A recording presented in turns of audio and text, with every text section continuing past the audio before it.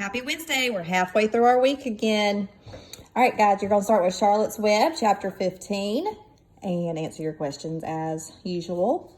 For your math today, you are doing area and perimeter worksheet. So show you that it is two-sided. So one side, you're doing the area and perimeter of the shapes that are already boxed out for you. And it does give you an example, and I'll show you one as well.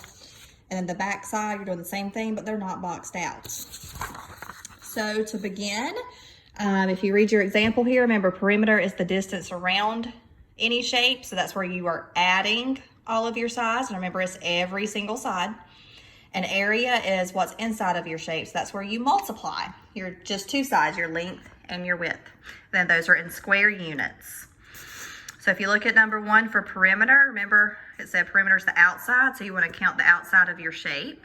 So 1, 2, 3, 4, 5, 6, 7, 8, 9, 10, 11, 12.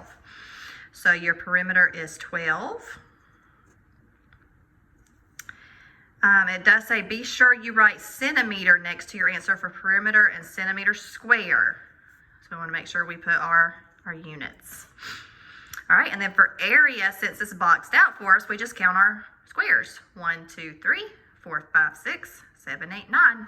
So our area is 9 square centimeters. So you can write square centimeters like this way, like we were used to, or you can do cm and then a little 2 above it means square. So that's how you are doing your front side. On the back side, you're doing the same thing, but you don't have boxes to count out.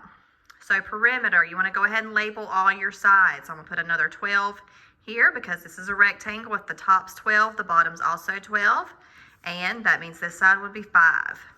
So for perimeter, I'm going to add 12 plus 12 plus 5 plus 5. So 12 plus 12 is 24. 5 plus 5 is 10. 24 plus 10 is 34. And again, make sure you put your units. And these are all different on this side. This one's centimeters, but this is meters, kilometers, centimeters, centimeters. So be careful of your units. All right, and then for area, remember you multiply just your length and your width. So you're going to do 12 times 5 on this one. And then 12 times 5 is 60.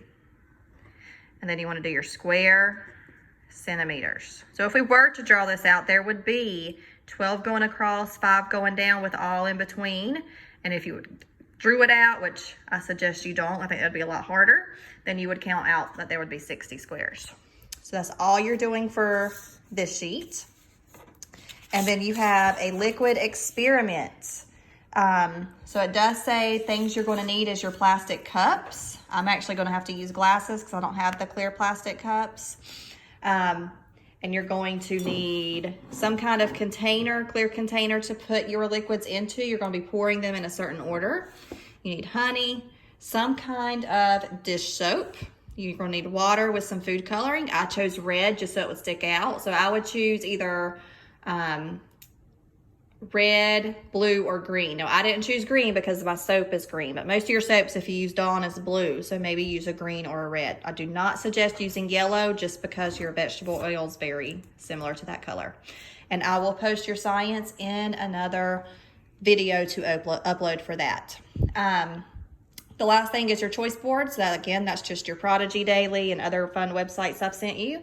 Remember those virtual field trips I sent earlier on that you can do. Those seemed really fun. I know some of you did the zoo one and really enjoyed it. But all right, tune in for your science video to see how our liquid layers experiment goes.